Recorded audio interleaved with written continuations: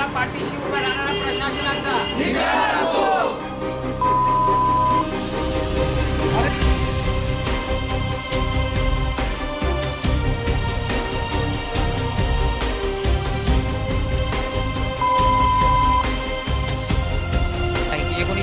साली हा जो भूखंड आहे मित्रमंडळचा 9 एकरचा, ज्याची आता बाजारभावाची किंमत 350 ते 400 कोटी रुपये। हा भूखंड अर्बन लँड सिलिंगखाली सरप्लस ठरवला आणि त्याच्यावर PMTचं आरक्षण असल्यामुळे सरकारने महापालिकेला विचारलं की ह्या आरक्षणाचा भूखंड आहे, हा जर तुम्हाला पाहिजे असेल तर तुम्हाला नियमानुसार पैसे भरावे लागतील। तसं पत्र दिलं। महानगरपालिकेने नियमानुसार ती रक्कम भरली आणि कलेक्टरांमार्फत महानगरपालिकेच्या ताब्यात 1979 साली तो भूखंड दिलेला आहे। दरम्यान मालक कोर्टामध्ये गेले। कोर्टामध्ये जवळजवळ 2012 पर्यंत लढले ते। 2012 साली महानगरपालिकेच्या बाजूनी निकाल लागला।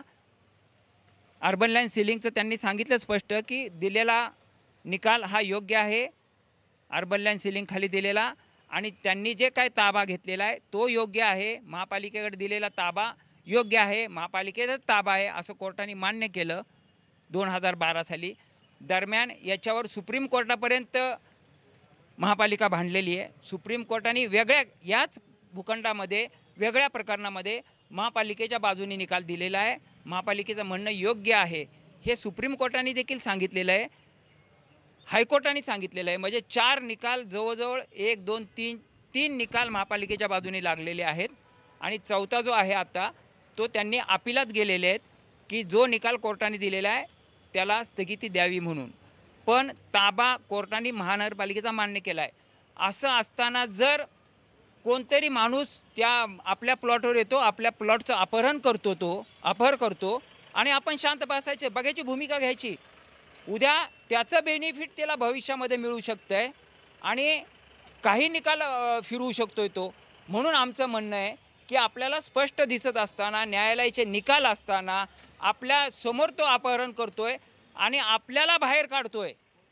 म्हणजे महापालिकेच्या तेव्हा बेकायदेशीर वृक्षतोडी केल्यानंतर महापालिकेच्या संबंधित खात्याची मंडळी ज्यावेळेस तिथं गेली त्यांच्याकडं, तेव्हा त्यांना हुसकून लावलं बाहेर।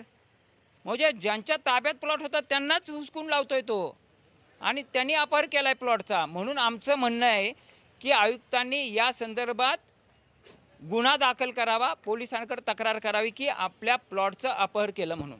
हा गेल्या महिना झाला असेल, महिना झाला। आयुक्तांनी त्याच्यावर काही केलेलं नाही आयुक्तांनी।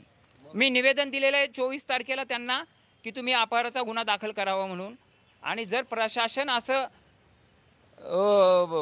कारवाई करत नसेल, निष्काळजीपणे वागत असेल, तर मला शेवटी हायकोर्टामध्ये जावं लागेल।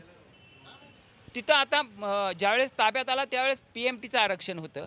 आता त्या जागेवर 1987च्या डेव्हलपमेंट प्लॅनमध्ये त्या जागेवर हॉस्पिटल आणि नर्सिंग कॉलेज असं आरक्षण आहे। त्याच्यामुळे तुम्हाला आरक्षणानुसार ते करावं लागेल।